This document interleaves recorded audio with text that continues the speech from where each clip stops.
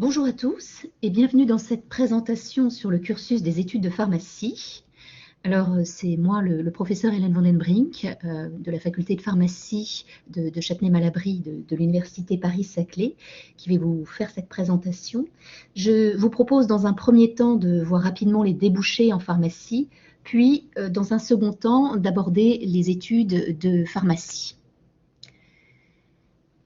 Alors, suite à la PASS, c'est-à-dire au parcours accès santé spécifique, ou à la LAS, la licence option accès santé, vous avez la possibilité de choisir les études de pharmacie. Et bien pour ceux qui choisiront ce cursus, vous ne serez pas déçus. Alors non seulement parce que ce sont des études multidisciplinaires, vous allez apprendre énormément de choses, mais aussi parce que vous allez acquérir tout au long de ces études un socle de connaissances solides qui vous permettra, avec un même diplôme, de pouvoir exercer de multiples métiers. Alors, pharmacie, c'est quoi? Eh bien, pharmacie, comme vous pouvez le voir sur cette diapositive, pharmacie, c'est un éventail de métiers dans différents secteurs d'activité, qu'ils soient publics ou privés.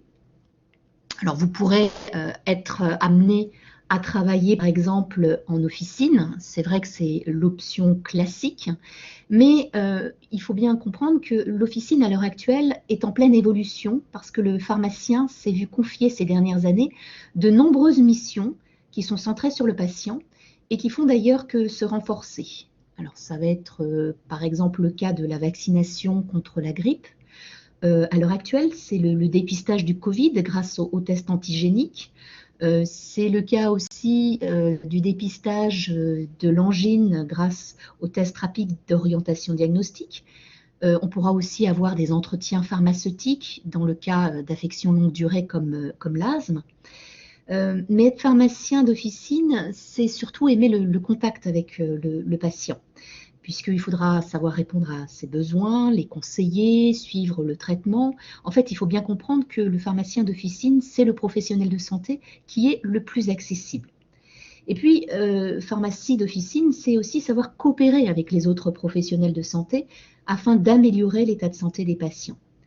Alors, dans cette voie, vous aurez la possibilité soit de travailler comme pharmacien salarié, en tant que pharmacien adjoint, soit comme entrepreneur, c'est-à-dire qu'en fait, vous serez le propriétaire. On parle de titulaire d'officine et vous pourrez être titulaire soit seul, soit en association. Alors, si certains d'entre vous pensent que les études de pharmacie se résument à la pharmacie d'officine de ville, eh bien, ils se trompent. Parce que ce domaine, enfin le domaine de la pharmacie, est bien plus diversifié. Vous pourrez également travailler dans l'industrie pharmaceutique. Et dans ce domaine, les métiers sont multiples, puisque vous pourrez exercer vos compétences dans différentes activités qui vont de la recherche au développement, à la production et à la commercialisation des produits de santé. À côté de cette option, il existe aussi une autre activité qui se trouve à la croisée de l'officine et de l'industrie pharmaceutique et qui demande, outre des compétences pharmaceutiques, d'avoir des compétences de logistique, d'assurance qualité, de management. C'est la répartition pharmaceutique. Alors, dans ce domaine, l'objectif du grossiste répartiteur, qui est donc le pharmacien qui travaille au sein de la répartition pharmaceutique, ça va être d'approvisionner les pharmacies, d'approvisionner les établissements de santé en produits de santé, tout en permettant bien évidemment de sécuriser les flux. Et là encore, vous allez pouvoir trouver un vivier de possibilités professionnelles. Alors pour ceux qui décideraient de faire un cursus plus long, en passant par l'internat, vous aurez la possibilité de travailler en pharmacie hospitalière, soit dans le public, soit dans le privé, comme dans les cliniques. Et ce domaine propose une diversité de métiers et de missions en relation avec les produits de santé. Et vous allez avoir des métiers qui sont aussi des métiers de contact avec tout le personnel soignant. Ce sont des métiers qui demandent aussi diverses compétences. Outre les compétences pharmaceutiques, il faut avoir des compétences de gestion, de logistique. Vous pourrez être aussi amené à préparer des médicaments. C'est dans les pharmacies hospitalières qu'on effectue les poches de chimiothérapie. Il faudra également avoir des compétences d'assurance qualité, mais vous pouvez aussi être amené à dispenser des produits de santé. Alors, vous pouvez aussi, en passant par le cursus long, travailler en tant que biologiste, soit au sein d'une structure hospitalière, soit en ville, et vous serez amené dans ce cas à analyser des échantillons biologiques à des fins de diagnostic. Par ailleurs, vous avez, je dirais, en tant que pharmacien biologiste, un rôle très important de conseil et d'alerte vis-à-vis des médecins. Enfin, il existe d'autres domaines d'activité moins connus, comme le pharmacien inspecteur de santé publique, qui peut être amené à inspecter les établissements pharmaceutiques, les pharmacies d'officine, mais aussi des cabinets vétérinaires. Vous avez aussi le métier de pharmacien conseil à la sécurité sociale. En fait, outre son accompagnement des professionnels de santé, il va être amené à contrôler le bien-fondé des prestations médicales. Il va aussi contribuer à l'organisation de l'offre de soins. Vous avez également le métier de pharmacien humanitaire. Ce pharmacien va organiser l'accessibilité, l'approvisionnement en médicaments des centres de soins à l'international, mais il va également assurer le suivi de la qualité des médicaments qui pourront être mis à disposition. Vous avez également la possibilité de travailler comme pharmacien dans l'enseignement et la recherche, notamment au niveau de l'université, mais aussi vous pouvez travailler au niveau des tutelles, c'est-à-dire au niveau de l'Agence régionale de santé, au niveau de l'Agence nationale de sécurité du médicament et des produits de santé, au niveau de la Haute Autorité de santé, ou même dans des domaines hors santé comme l'environnement, la cosmétologie et l'agroalimentaire. Et pour accéder à tous ces métiers, eh bien, vous avez trois grandes filières d'orientation. Vous avez tout d'abord la filière officine, ensuite la filière industrie-recherche et enfin la filière PHBMR. Alors PHBMR, ça veut dire pharmacie hospitalière, biologie médicale, recherche, et cette filière est appelée communément internat. Alors quel parcours universitaire suivre pour exercer tous ces métiers? Schématiquement, les études de pharmacie sont organisées autour de trois grands cycles. Le cycle, je dirais le premier cycle, qu'on appelle aussi le diplôme de formation générale en sciences pharmaceutiques, comprend les 3 premières années. Le cycle 2, ou le diplôme de formation approfondie en sciences pharmaceutiques, est constitué quant à lui de la 4e et de la 5e année d'études de pharmacie. Et c'est en fait au second semestre de la 4e année que l'on va commencer déjà à définir son orientation. Donc soit officine, soit industrie-recherche, soit internat. Enfin, le cycle 3 est constitué d'un cycle court pour l'orientation officine et pour l'orientation industrie-recherche. C'est un cycle court d'1 année. Et d'un cycle long, c'est-à-dire l'internat, qui est constitué de 4 années de diplôme d'études spécialisées. Et finalement, à la fin de tout ce cursus, vous soutiendrez une thèse d'exercice afin d'obtenir le diplôme d'état de docteur en pharmacie. Et vous pouvez voir par ailleurs que pour ceux qui auront effectué l'internat, il y a la soutenance aussi d'un mémoire afin d'obtenir son diplôme d'études spécialisées. Alors si on rentre un peu plus dans le détail de ces études, comme je vous l'ai indiqué, les 3 premières années, donc c'est-à-dire la première année, alors soit vous passez par la PASS, soit vous passez par la LAS, la 2e année et la 3e année des études de pharmacie, constituent le cycle 1 et permettent d'obtenir le diplôme de formation générale en sciences pharmaceutiques. Donc ces années, et plus particulièrement la 2e et la 3e année d'études, vont vous permettre d'acquérir les bases fondamentales pour la suite de vos études.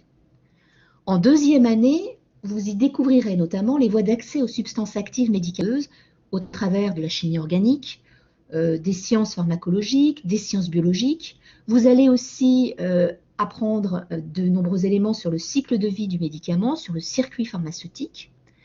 En troisième année, vous vous pencherez plus particulièrement sur le médicament et son usage, tout en vous intéressant, grâce à des cas cliniques, au patient et à sa maladie, ainsi qu'au diagnostic biologique. C'est aussi au cours de cette année que vous verrez les stratégies thérapeutiques médicamenteuses. Et durant ces 2 années, en plus des cours magistraux et des travaux dirigés, vous aurez de nombreux travaux pratiques au cours desquels vous allez réaliser des expérimentations afin de comprendre les enseignements théoriques. Et ce sera aussi l'occasion d'aller en milieu professionnel puisque vous aurez des stages obligatoires en officine. Donc vous voyez que vous avez un stage d'initiation en 2e année et un stage d'application en 3e année. Et vous pouvez par ailleurs compléter ces stages obligatoires par des stages facultatifs de découverte, soit dans un laboratoire de recherche, soit dans l'industrie, à l'hôpital ou encore à l'officine. Enfin, c'est aussi, je dirais, à la fin de ce cycle que vous allez effectuer votre choix d'orientation. Donc, vous allez à cette fin recevoir des cours très spécifiques pour vous aider dans le choix de cette orientation, et donc vous aurez des cours dès la 2e année, donc des cours spécifiques pour vous aider dans ce choix-là.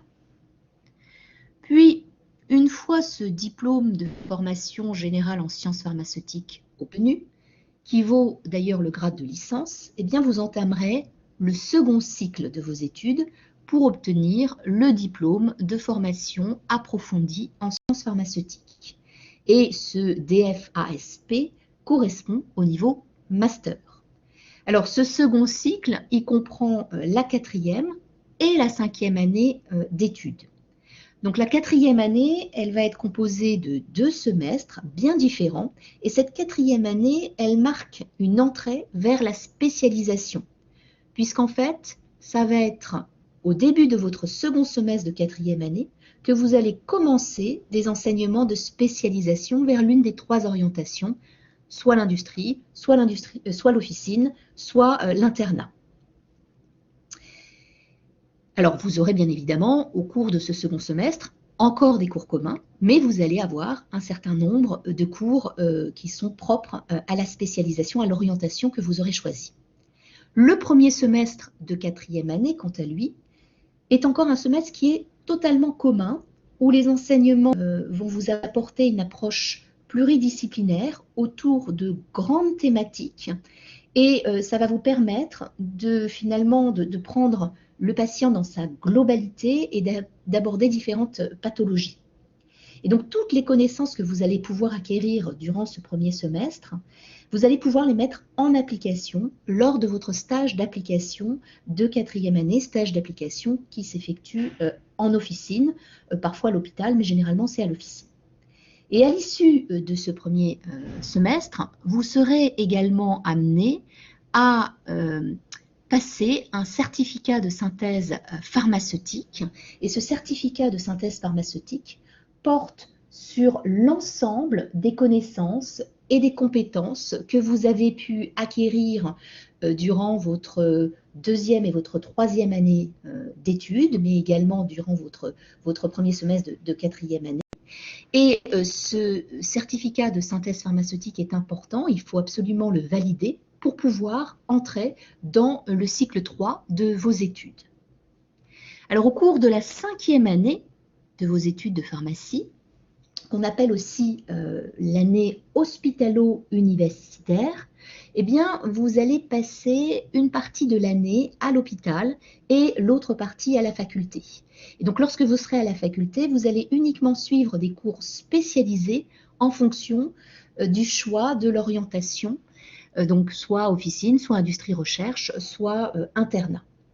Et je dirais que au niveau de ces cours, vous allez avoir de nombreux cours qui s'effectueront sous forme de cas pratiques. Par exemple, à Châtenay-Malabry, nous proposons en filière industrie une grande étude de cas sur un médicament ou un dispositif médical afin de mettre les étudiants en situation. Pour ceux qui sont dans la filière internat, je dirais que la 5e année est un petit peu particulière puisque le premier semestre va être totalement destiné à la préparation du concours qui a lieu en décembre. Et au second semestre, pour ceux qui auront réussi le concours, eh bien, ils se verront dispenser des enseignements de prise de fonction d'interne. Et ils feront également le choix donc d'un DES. Enfin, le 3e cycle de vos études de pharmacie comprend un cycle court ou un cycle long. Donc, vous avez, je dirais, 2 cycles courts, l'officine et l'industrie recherche. Et pour le cycle court, la 6e année constitue en fait la dernière année de vos études et elle se partage entre 6 mois de cours et 6 mois de stage. C'est ce qu'on appelle le stage de pratique professionnelle qui pourra s'effectuer soit à l'officine si vous êtes dans la filière officine, soit dans l'industrie pharmaceutique si vous choisissez la filière industrie recherche. Par ailleurs, pour les étudiants qui ont choisi donc la filière industrie recherche, eh bien, vous devrez valider une spécialisation comme un master 2 ou bien encore un master de diplôme d'école de commerce ou d'ingénieur, ou bien encore ça peut être un cursus en diplôme d'ingénieur, en école d'ingénieur ou de commerce. Pour ceux qui feront le cycle long, c'est-à-dire l'internat, la formation elle est de 4 années et vous allez avoir en alternance des cours et des stages à temps plein à l'hôpital et la formation sera bien évidemment fonction du DES que vous aurez choisi. Et par ailleurs, vous aurez la soutenance d'un mémoire de DES pour obtenir votre diplôme d'études spécialisées. Alors, quelle que soit la formation que vous avez pu choisir, c'est-à-dire quelle que soit l'orientation que vous avez pu choisir, pour obtenir votre diplôme d'état de docteur en pharmacie, obligatoirement, vous devrez soutenir une thèse d'exercice. Et c'est qu'à l'issue de cette soutenance que vous obtiendrez votre diplôme d'état de docteur en pharmacie. Donc en résumé, je dirais au final finalement, qu'est-ce que c'est que ces études de pharmacie? Il y a 4 items finalement à retenir. Les études de pharmacie, ce sont des études qui sont structurées en 3 cycles selon un programme national. Ce sont par ailleurs des études professionnalisantes, puisque comme vous avez pu le constater, on y trouve de nombreux travaux pratiques et des stages obligatoires tous les ans, qui par ailleurs peuvent être complétés par des stages facultatifs. Ce sont aussi des études qui sont caractérisées par 3 filières d'orientation, ce qui est quand même un cas assez unique dans les professions de santé. Et enfin, ces études ont une double finalité, puisqu'elles sont à la fois professionnalisantes, comme une école, mais elles suscitent aussi la recherche, puisque certains étudiants ont la possibilité de se destiner à la recherche, vont pouvoir faire ce choix et faire un doctorat d'université. Et donc à Châtenay-Malabry, nous avons mis en place un parcours recherche optionnel pour aider les étudiants qui le souhaitent finalement à choisir, à faire de bons choix et donc à bien se diriger vers ce domaine de la recherche. Enfin, pour compléter ce diplôme de docteur en pharmacie, vous avez la possibilité, soit pendant votre cursus, soit après votre cursus, d'effectuer d'autres diplômes. Alors, pendant le cursus, vous avez la possibilité, en parallèle de vos études de pharmacie, d'effectuer une licence. On a des étudiants qui font une licence de droit ou une licence d'économie en parallèle de leurs études. Vous avez aussi la possibilité de faire un diplôme d'université entrepreneuriat. Certains étudiants aussi ont choisi de suivre toute une formation à l'INSEC de management, donc ils ont un double diplôme avec l'INSEC. Et puis on a aussi de nombreux masters spécialisés, donc là ce sont les étudiants en filière industrie qui vont généralement choisir un master de spécialisation, et donc on en a un certain nombre au sein de notre faculté. Après le cursus, certains étudiants font le choix aussi de faire un diplôme d'université. Donc on a un certain nombre de diplômes d'université dans notre faculté pour les 3 domaines, officine, industrie et l'hôpital biologie. On a aussi, je vous l'ai dit, un certain nombre de masters. Et puis, vous avez aussi des étudiants qui, une fois qu'ils ont terminé leur cursus de pharmacie, souhaitent intégrer une école d'ingénieur ou une école de commerce. Donc, c'est tout à fait possible. Et donc, à ce moment-là, ont un double cursus. Donc, au final, eh bien, les études de pharmacie, ce sont des études finalement pluridisciplinaires qui sont exigeantes, mais ce sont des études qui sont passionnantes. Par ailleurs, la vie étudiante sur le campus est importante et chacun y trouvera une activité qui lui conviendra parmi les nombreuses associations d'étudiants. Alors pharmacie, eh bien, pourquoi pas vous? Je vous remercie.